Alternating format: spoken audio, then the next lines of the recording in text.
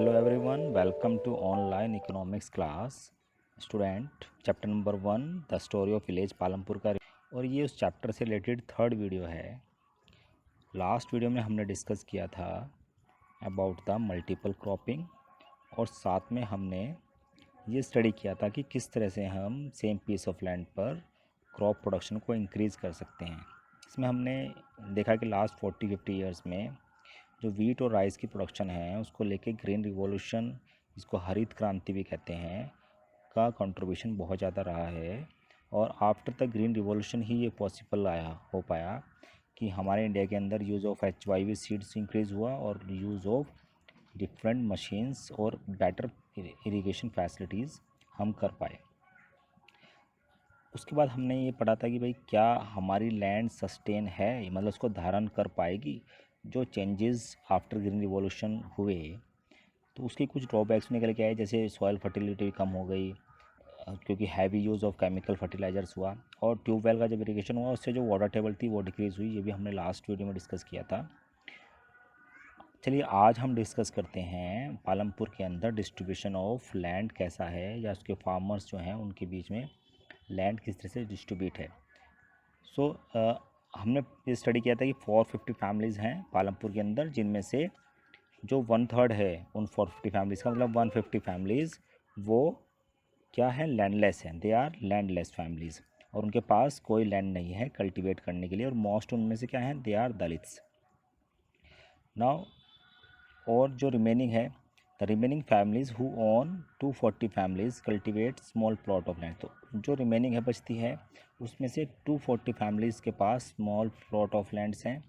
Land का area है वो 2 हेक्टेयर से कम है, तो जो 2 हेक्टेयर से कम लैंड का एरिया आता है वो स्मॉल फार्मर्स के अंदर आ जाता है। और अगर उससे भी कम मार्जिनल फार्मर के पास जाएँ तो उसके पास जो एरिया होता है कल्टीवेशन का वो 1 हेक्टेयर से कम होता है। तो यहाँ पर 2 हेक्टेयर से कम इन्होंने स्मॉल फार्मर्स को एक तरह शो किया हुआ है, तो वो 240 फैमिलीज़ हैं। और स्मॉल फार्मर्स जो है कल्टीवेट करते हैं इन प्लॉट्स को, और प्लॉट ऑफ लैंड कम है तो वो उनकी जो इनकम है वो भी बहुत कम है। इसमें ये भी बताया गया है, एक एग्जांपल, एक केस स्टडी दी है कि 1960 में Govind was a farmer with 2.25 hectare of largely unirrigated land. मतलब उसके पास लैंड तो थी 2.25 हेक्टेयर, लेकिन उसमें से काफ़ी पार्ट ऐसा था जो अनइरिगेटेड था, जिस पर सिंचाई नहीं होती थी। गोविंद के 3 सन्स थे और वो उसमें अब 3 सन्स थे, तो 3 सन्स के बीच में फिर इक्वली डिस्ट्रीब्यूट हो जाएगी, और इक्वली डिस्ट्रीब्यूट होने के बाद हर एक के पास 1 हेक्टेयर से कम पार्ट ही आएगा। और वो लोग कैसे अपना गुजारा करते हैं, वो क्या करते हैं, उनके पास बुफैलो है और उसके थ्रू उसका मिल्क सेल करके इस तरह से वो अर्निंग करते थे। तो आफ्टर सम ईयर्स गोविंद की डेथ हो जाती है। और अब ये बताया है, जो मैंने आपको बताया कि इसके जो पीस ऑफ लैंड है उनके बीच में डिस्ट्रीब्यूट हो जाता है। और अब क्या है कि क्योंकि वो पीस ऑफ लैंड काफ़ी कम है तो उनको अदर वर्क, एडिशनल वर्क के लिए जाना पड़ेगा। चलिए अब एक इस इमेज को भी डिस्कस कर लेते हैं। ये जो इमेज है ये actually distribution of cultivation land in village Palampur को शो कर रही है। और जैसे हमने डिस्कस किया कि भाई बहुत सारे लोग ऐसे हैं, लगभग 240 फैमिलीज जिनके पास स्मॉल फार्मर कैटेगरी के अंदर आते हैं, या जिनके पास 2 हेक्टेयर से कम लैंड है। और बहुत कम ऐसे फार्मर्स हैं जिनके पास जो बिग फार्मर की कैटेगरीज में आते हैं।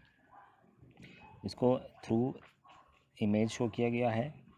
तो कुछ इमेजेस जो गिवन है इसमें फार्मिंग कैसे कैसे होती है ये शो किया हुआ है। ये दिखाया हुआ है कि जो स्मॉल फार्मर्स होते हैं वो प्लगिंग करते हैं थ्रू पुलक्स, और सोइंग करते हैं, स्प्रेइंग करते हैं of insecticides, cultivation by traditional methods, cultivation by modern method and cutting of crops. तो ये इसमें हम साथ साथ में देखते हैं कि भाई जो लास्ट वाली जो पिक्चर है ये दिखा रही है कल्टीवेशन बाय ट्रेडिशनल मेथड, और ये शो करिए cultivation by modern method. Modern method में ट्रैक्टर को यूज़ किया हुआ है, और जो ट्रेडिशनल मेथड है उसमें पुलक्स को यूज़ किया हुआ है। जो हमने नंबर ऑफ फार्मर्स डिस्कस किए थे उसको ग्राफिकल रिप्रेजेंटेशन से भी समझ लेते हैं। तो यहाँ पे अगर आप ग्राफ को देखेंगे तो जो कल्टिवेटेड एरिया है वो स्मॉल फार्मर के पास बहुत कम है, मतलब 36% है, और बाकी का जो 64% है वो येलो कलर से जो शो हो रहा है वो मीडियम और लार्ज फार्मर्स के पास है।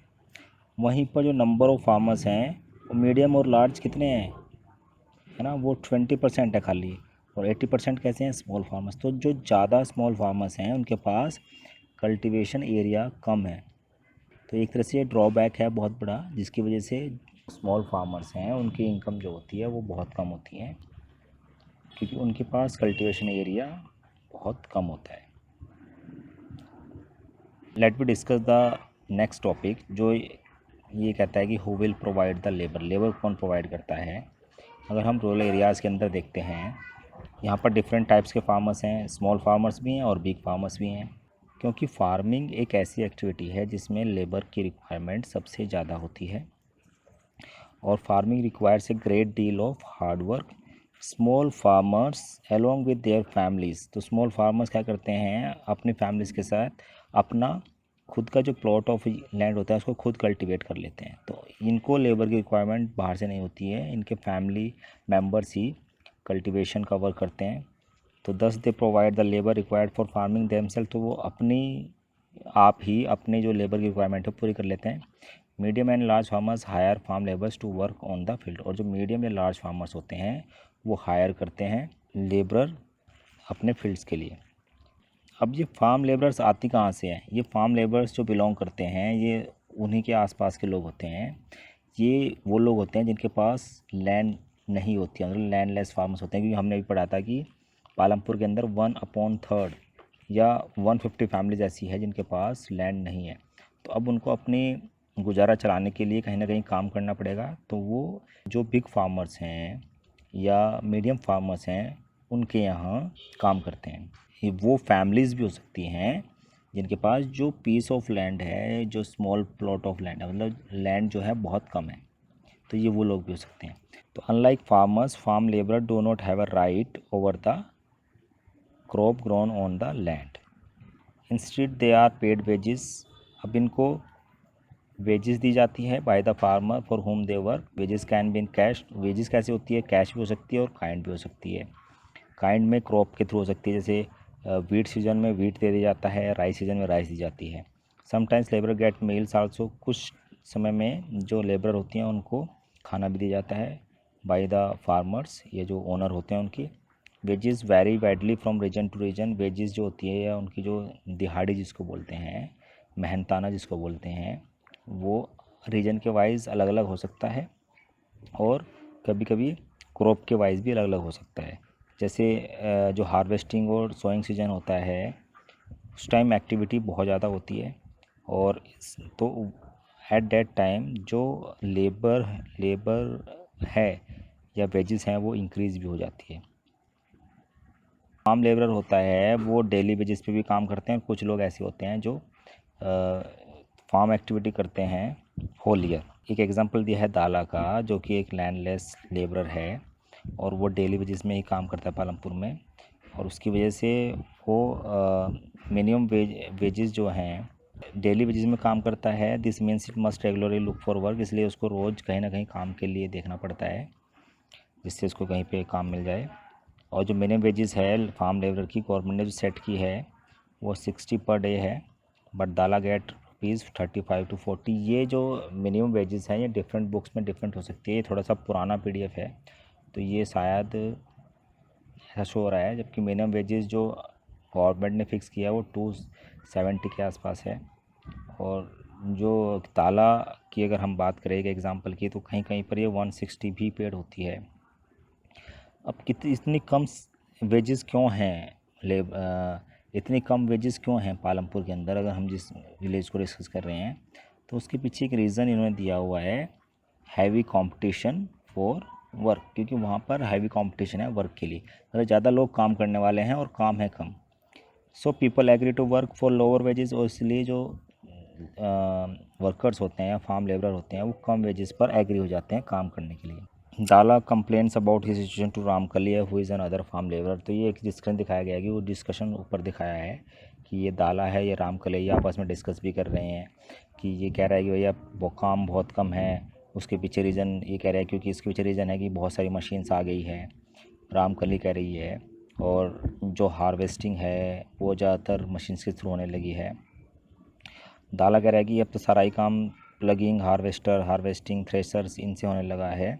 और कुछ फार्मर्स तो जो है स्प्रे भी जो करते हैं वीडिसाइड्स का, मतलब वीडिसाइड का स्प्रे करते हैं तो उसके लिए मज़दूरों की या लेबर की ज़रूरत नहीं पड़ती है उन वीड्स को हटाने के लिए। पहले क्या होता था, खुरपे के थ्रू या फिर किसी इक्विपमेंट के थ्रू वीड्स को हटाया जाता था, लेकिन अब क्योंकि ऐसी, तो अब ये आपस में डिस्कशन कर रहे हैं कि भाई अब तो हमारा काम बहुत कम हो गया है और इसलिए हमें कुछ और काम ढूंढना पड़ेगा या कहीं और पर वर्क के लिए जाना पड़ेगा। So that's all for today students, thank you.